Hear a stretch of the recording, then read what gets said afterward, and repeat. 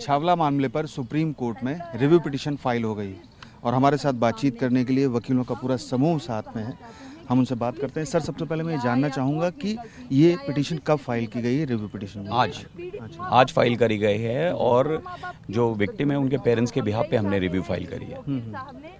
अच्छा, जो review petition है उसमें जो फैसला सुप्रीम कोर्ट ने दिया था उनके किन बिंदुओं को चुनौती दी गई है, अगर आप बता सकें? उसमें देखिए बहुत सारी चीज़ें हैं। जो हमारा प्राइमरी रीज़न है रिव्यू फाइल करने का वो ये है कि सुप्रीम कोर्ट ने खुद कहा है कि भाई जो अक्यूज्ड है वो किसी भी सर्कमस्टांसेस में छूटना नहीं चाहिए। इस केस में हमने वो सारी चीज़ें सुप्रीम कोर्ट के सामने रिव्यू में रखी हैं जिसमें ये क्लियरली पता लगता है कि जो अक्यूज्ड लोग थे जिनको की डेथ पेनल्टी मिली थी और हाई कोर्ट ने कंफर्म करी थी वो जहाँ पे वारदात हुई वहाँ पे प्रेजेंट थे, गाड़ी में उनकी प्रेजेंस है, कई तरीके की चीज़ें हैं। जो विक्टिम है उसके बाल जो हैं वो गाड़ी के अंदर थे।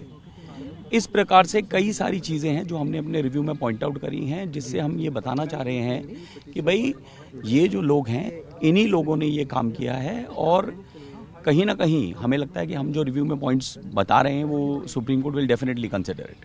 पीड़िता की माँ भी हमारे साथ में है, हम उनसे बात करेंगे। ये जो घटना हुई थी उसके बाद सुप्रीम कोर्ट का जो जजमेंट आया उस पर आप लोगों ने रोष भी जताया। आज जो पुनर्विचार याचिका दाखिल हुई है उस पर आपका क्या कहना है?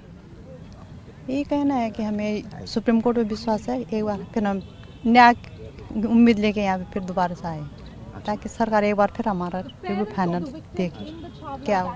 ये पुनर्विचार याचिका किसकी ओर से दाखिल की गई? माता पिता दोनों की ओर से दाखिल की गई? दोनों की है, माता पिता सबके।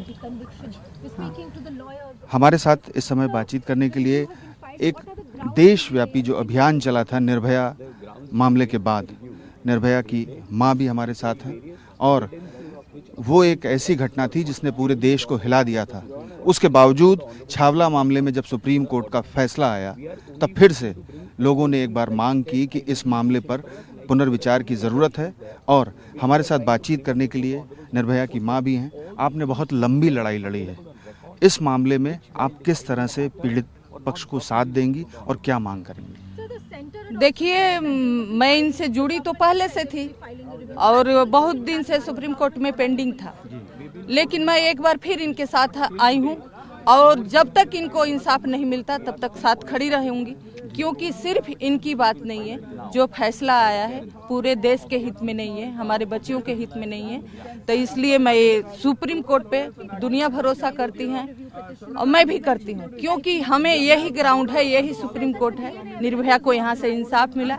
मैं आज एक उम्मीद के साथ इनके साथ खड़ी हूँ कि इनको इंसाफ जरूर मिलेगा, क्योंकि जिस तरह से उन्होंने क्राइम किया था, बच्चे की बॉडी मिली थी, तो कुछ तो मिला होगा।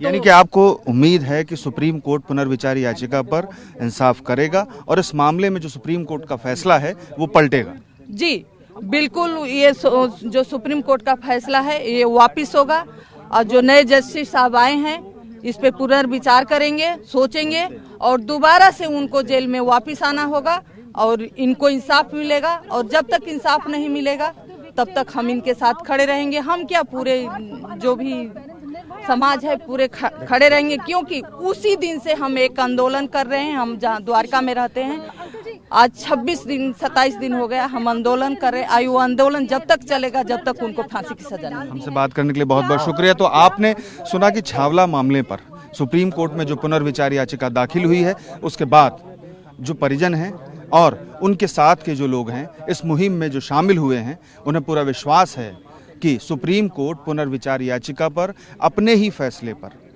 पुनर्विचार करेगा और उसे पलटने की पूरी उम्मीद है इन परिजनों को जो पीड़ित पक्ष की ओर से आज आए हैं। और साफ तौर पर उनका ये मानना है कि इस मामले में जो दोषी हैं, जिन्हें निचली अदालत ने और फिर हाई कोर्ट ने फांसी की सजा दी थी और उसके बाद सुप्रीम कोर्ट ने उस फैसले को पलट दिया था, अब पुनर्विचार याचिका में सुप्रीम कोर्ट अपने फैसले पर फिर से विचार करेगा और उस पर इंसाफ करेगा।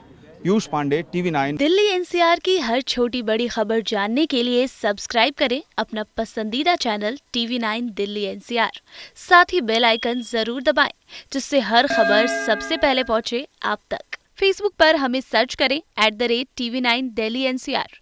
वहीं ट्विटर पर हमें फॉलो करें @TV9 दिल्ली एनसीआर पर, और इंस्टाग्राम पर हमें फॉलो करने के लिए सर्च करें @TV9 दिल्ली एनसीआर।